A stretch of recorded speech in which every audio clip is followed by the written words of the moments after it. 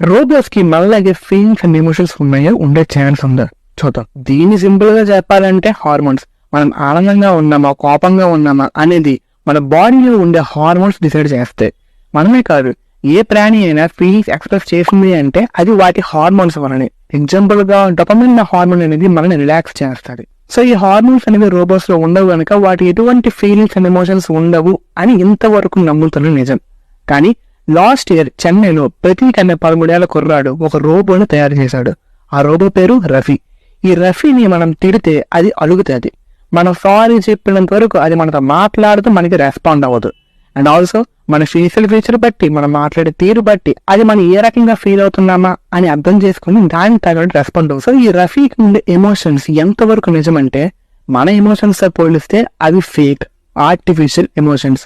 కానీ ఈ artificial emotions అనేవి ఫ్యూచర్ ఎంతవరకు వెళ్తుందో చూడాలి.